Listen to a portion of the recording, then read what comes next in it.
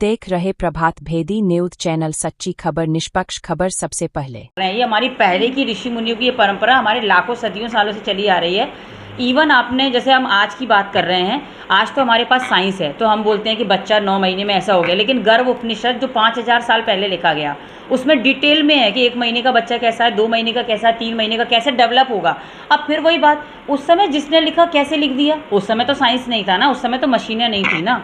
अगर हम अपनी पृथ्वी की भी बात करें कि पृथ्वी गोल है, ये साइंस ने तो अब बताया रॉकेट भेज कर या सैटेलाइट के द्वारा, लेकिन 4-5 हज़ार साल पहले इस पर लिखा हुआ है कि हमारी पृथ्वी वर्तुलाकृति है, यानी एक बॉल की शेप में है। फिर सवाल कि ये कैसे संभव है? मतलब अगर हम साइंस को मानते हैं तो उस समय तो साइंस नहीं थी, बट साइंस ने जब अब चेक किया और साइंस की बात और डॉक्यूमेंट दोनों मैच हो रहे हैं, इसका मतलब इंट्यूशन पावर था।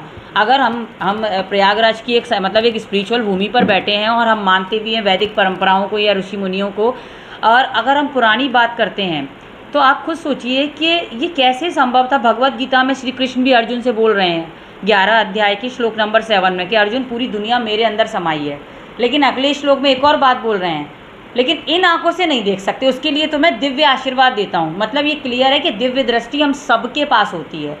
बट ये तो बिल्कुल वैसे ही है जैसे एक छोटा बच्चा पैदा हो, सबके पास पैर हैं, लेकिन अगर उस बच्चे को कोई बेड पर से ना उठाए, कोई उसे पकड़े ना, कोई उसे ऐसे ना करे, तो आपको लगता है उस बच्चा कभी चल पाएगा? या फिर चलो राइटिंग की बात कर लेते हैं, बच्चे को कभी पेन ना पकड़ाएं तो आपको लगता है वो बच्चा कभी ABCD या राइटिंग लिख पाएगा? असंभव, हो ही नहीं सकता। इंट्यूशन के साथ है, लेकिन शर्त वही, जब हमें अपनी ज़िंदगी में हर चीज़ के लिए मतलब दिस इज ए स्किल्स जिसे हमें डेवलप करना पड़ेगा, जिसे प्रैक्टिस करना पड़ेगा, और कोई बड़ी बात नहीं है। इवन प्रयागराज में ही हमने 5 डेज़ का रिट्रीट प्रोग्राम रखा है अलकापुरी संगम रिसोर्ट में। 5 दिन में बच्चे रीडिंग, राइटिंग, कलरिंग, कुछ बच्चे 10%, कुछ 100%, कुछ 60%। अभी जैसे हमने कल खेलगांव स्कूल में प्रोग्राम दिया, आप बिलीव करेंगे 80% रिजल्ट केवल आधा घंटे के प्रोग्राम में था, सिर्फ आधा घंटे में 80%। अब 5 दिन बच्चे हमारे साथ रहेंगे, उसके बाद भी हम उनको ऑनलाइन 1 साल का एक्सेस देंगे। और केवल ये आंखों पे पट्टी बांधने की प्रक्रिया नहीं है। आंखों पे पट्टी बांधना तो बच्चों के लिए एक एंटरटेनमेंट का पार्ट है, लेकिन रियल में ये बच्चों की अंदर की शक्ति को जागृत करना है। और जैसे हम बच्चे के ऊपर खिलौना, जैसे आपने पूछा, सर ने पूछा कि कितने का आपका लग जाता होगा, तो नॉर्मली हम बच्चे को स्कूल में भर्ती करते हैं, नॉर्मली हम बस उसके लिए आजकल उनको गाड़ी, साइकिल या उनके बर्थडे पर 15-20 हज़ार रुपये नॉर्मली खर्च हो जाते हैं। लेकिन ज़िंदगी का क्या? बच्चे के कुछ भविष्य का कुछ पता है? कुछ नहीं समझ में आ रहा। लेकिन दूसरी तरफ अगर हम कुछ चंद रुपयों में, अगर हमें अपने ही शहर में बच्चे के साथ ये मौका मिल रहा है, तो आप सोचिए यहाँ पर सिर्फ बच्चा नहीं बदलेगा। हमारे कई कोर्स में यूट्यूब पे आप देखेंगे पेरेंट्स ये बोलते हैं कि बच्चे के लिए नहीं था, ये तो हमारे लिए था, हमारे जीवन में भी बदलाव हो रहा है। इवन 7 साल हो गए, आज तक मेरे घर में सिंगल एक दवाई नहीं आई। मेरे खुद के 2 बच्चे हैं, ये छोटी बात नहीं हो सकती, क्योंकि हम इतनी पूजा पाठ क्या करते हैं कि भगवान हम निरोगी काया रहें। तो यहाँ से आप हेल्दी जीवन भी बच्चे जीते हैं। कई बच्चे ऐसे जिन्होंने 5-5 साल से बीमार थे, 3-3 साल से दवाइयाँ खा रहे थे, अस्थमा के पेशेंट थे, वो नॉर्मल हो गए हैं। तो ये केवल आंखों पे पट्टी नहीं बांध रहा, ये बच्चे को हेल्दी स्ट्रॉन्ग कर रहा है, मेंटली स्ट्रॉन्ग कर रहा है, इमोशनली स्ट्रॉन्ग कर रहा है, और उसके रिलेशनशिप में मतलब उसे एक व्यवहारिक बच्चा भी बना रहा है।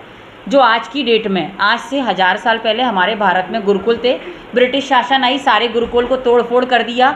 आज स्कूल तो हमारे हैं, ज़मीन हमारी है, प्रिंसिपल हमारे हैं, लेकिन ना तो हमारी भाषा बची, ना हमारा सब्जेक्ट बचा, जबकि उसके अंदर एक अपने आप में एक भावनात्मक प्रक्रिया थी। और हमारा यही मकसद है गुरुकुल खोलने के पीछे कि हम बच्चों को स्कूल से दूर नहीं कर रहे हैं, क्योंकि आज की डेट में वो भी ज़रूरी है, लेकिन हम चाहते हैं कि सिर्फ उससे बच्चों के जीवन में विकास नहीं है। तो ये गुरुकुल का मकसद यही है कि हम बच्चों को कैसे भावनात्मक, कैसे उन्हें शारीरिक, कैसे उन्हें मानसिक रूप से स्ट्रॉन्ग बना पाएँ। और हमारा रोल इतना ही है जैसे एक माँ का रोल होता है, बच्चे के अंदर सब कुछ पहले से है बस, लेकिन माता पिता थोड़ा बैक सपोर्ट कर देते हैं और बच्चा चलना या उठना या स्कूल में पढ़ना सीख जाता है। तो गुरुकुल का मतलब ही यही है, पहले के घर भी हमारा एक मकसद है कि हर घर गुरुकुल। अगर माता पिता हमारे साथ कनेक्ट होकर, हम उन्हें अब ज़िंदगी भर अपने पास नहीं बुला रहे हैं, वो तो ऑनलाइन 1.5 घंटा कनेक्ट होंगे।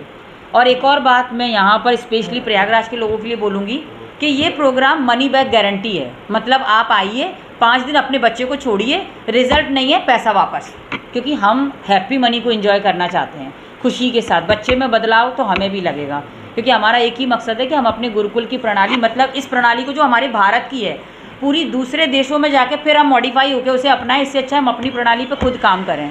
और अपनी इनर शक्ति पे। तो इससे बच्चों को, पेरेंट्स को और समाज को, सबको बहुत फ़ायदा है। ठीक, परिचय दे दो आपका। हाँ, मेरा नाम आचार्य वंदना राठौर है और दिव्यारंभ गुरुकुल की संस्थापक भी हूँ, उसकी फाउंडर भी हूँ और उसी में एज आचार्य बच्चों को पढ़ाती भी हूँ।